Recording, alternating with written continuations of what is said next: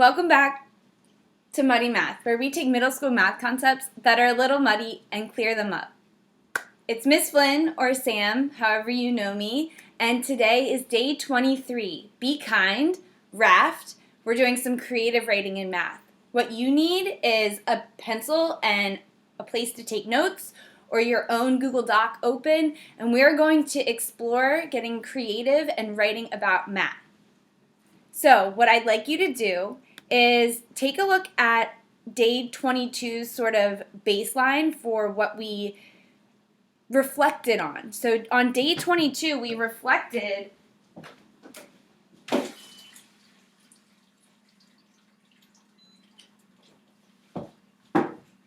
just had to turn off the dishwasher. Okay, so day 22, we reflected on our 0 through 20 days in the journey to phi. Now, if you're new, if you're tuning in for the first time today, don't worry about what is phi, what is the golden ratio. Use something that you already know. I know all of my students know about pi, the relationship between a circle's circumference to its diameter. So you could raft about pi. Get creative. It's really fun. There's no limit. So let's go ahead and get started. Yesterday during our brainstorm, we looked at the role of brainstorming and reflecting, and our role yesterday was really being me, being myself. The audience was me. I was taking a reflection for me, by me. It was a bulleted list or outline, and it was about the pine cones, the golden ratio, Egypt, the Milky Way, all of the things that I discovered on my 0 through 20 days in the journey to phi, to finding phi. But now we're getting less literal in terms of what we learned on the process, and we're getting creative. So what are some roles that you could take in creative writing about anything in math, not just phi or pi? So roles, I could be an ant on the diameter of a circle, right? I'm an ant living on the diameter of a circle, and I wish I knew how to get to the circumference or the center and talk about how to get there and how they're related. If you're thinking about pi, in terms of phi, you could be an ant on the spiral of a shell. Or in my case, I could be a pine cone in a tree, or a pine cone in a dead branch of a fallen tree, right? So get creative. We're kind of trying to think about ways that we can write about the golden ratio, mathematics, all of the wonderful concepts that we have interlocked in the neural pathways in our brain, and get creative and look at math from yet another perspective of looking at math to strengthen our understandings and open up new pathways and curiosities. So thinking about less of a living thing, a role I could be is I could take the role of an ancient Egyptian building the pyramids.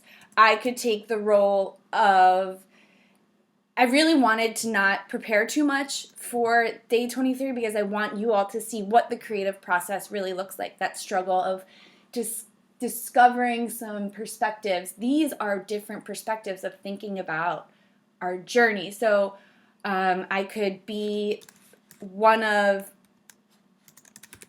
Pythagoras, one of the followers, one of the students of Pythagoras. I could be one of the rabbits that Fibonacci was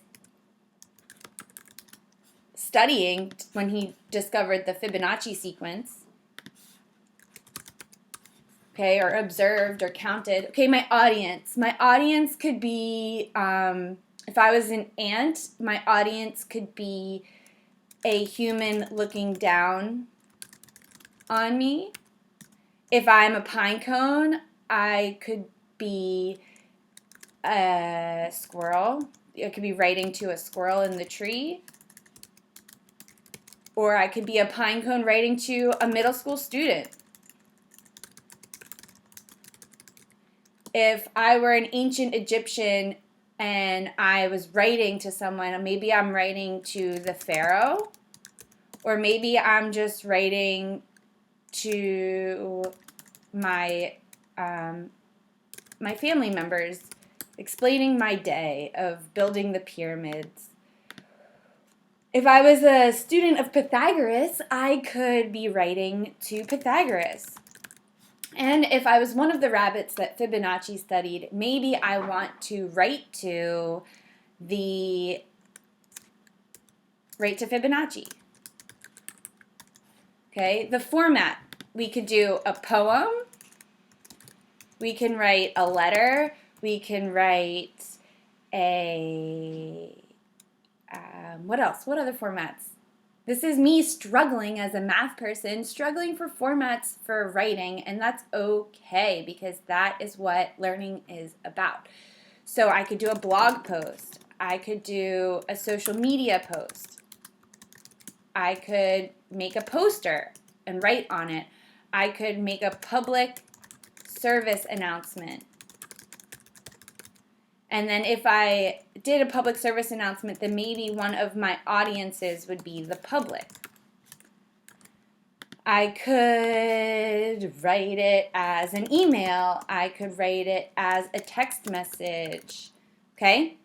And then topic. So the spiral of the pine cone and Milky Way and shells and so much more. Okay, I could talk about the sequence of numbers that eventually have a value. My fingers are cold, so my typing is struggling. Eventually have a value of phi, which those of you who are just turning in, phi is approximately equal to, so I don't have that really nice approximately equal to sign, but it's approximately equal to 1.618. And as Neil deGrasse Tyson says in his book, The Astrophysics for People in a Hurry, he says those of you who are numerically lazy could round this up to 1.6 or 2, round down to 1.6 or up to 2. But those of you that do know about pi, right? Pi people out there, the rational number approximation of pi is about 3.14. Now remember, these are not just numbers, these are ratios. So when I say the value of phi, it's because I'm taking two values and dividing them and saying that they're getting closer to that. So pi is 3.14, phi is 1.618. Moving on, we could talk about how right triangles and phi helped build the pyramids.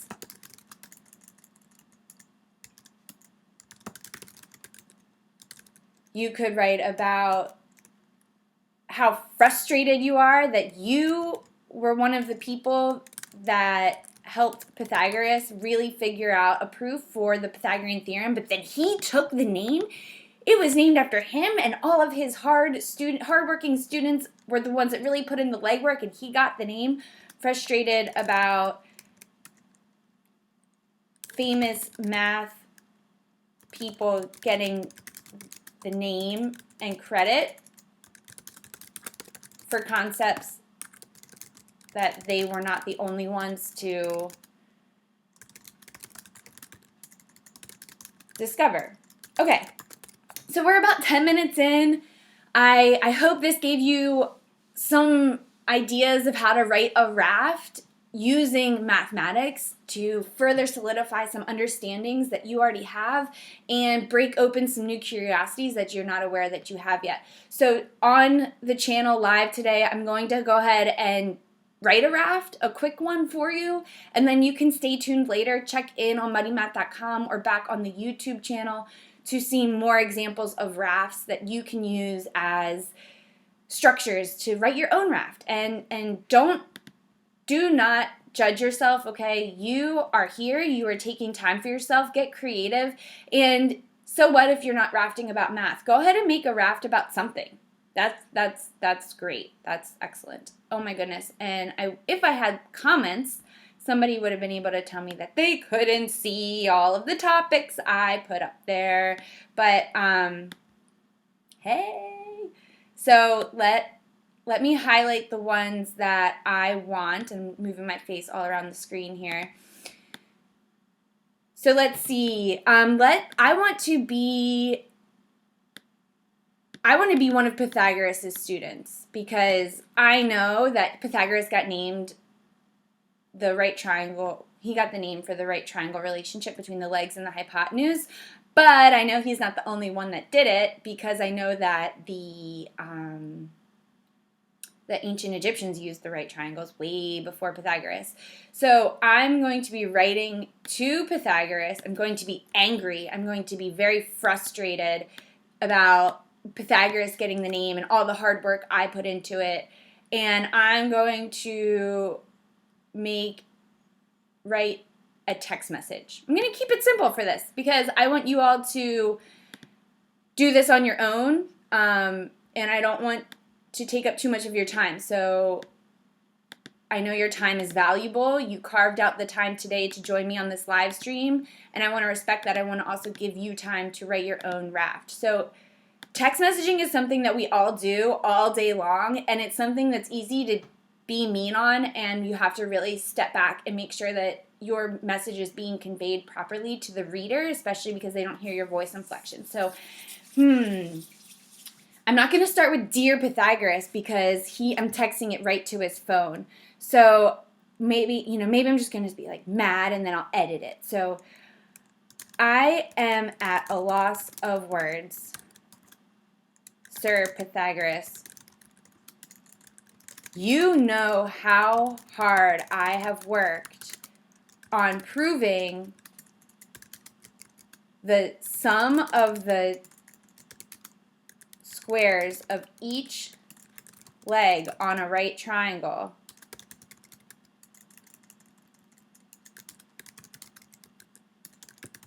is equal to the square of the hypotenuse.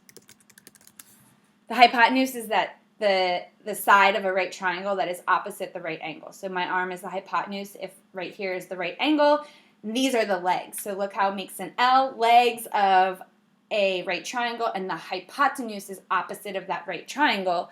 So I hope he feels my anger. I'm at a loss of words, Sir Pythagoras. You know how hard I've worked on proving the sum of the squares of each leg on a right triangle is equal to the square of the hypotenuse. And you just took all the credit? How can you show your face to us tomorrow? Do you care about our feelings? I'm not saying that I want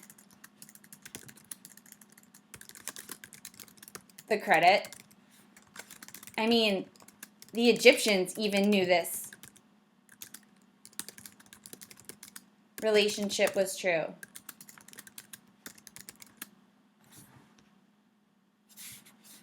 I guess I just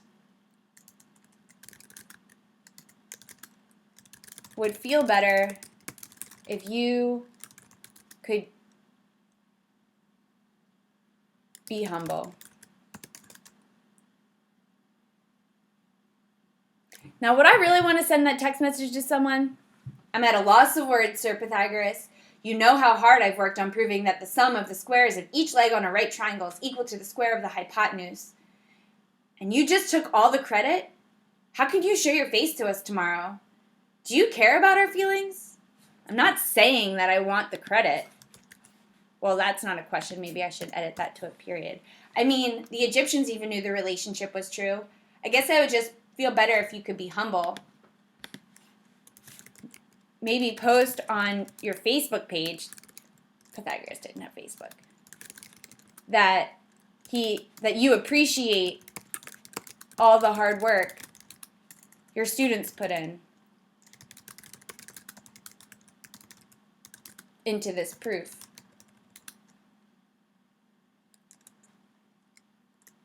Do I say bye? Do I say thank you? I'm kind of criticizing him. Do I even press send? That's the beauty of text messaging. I can type something out and delete it, and I hope that this student of Pythagoras, in my imagination, doesn't send it because he might tarnish the relationship he has with Sir Pythagoras, who can create some opportunities for him or her in the future.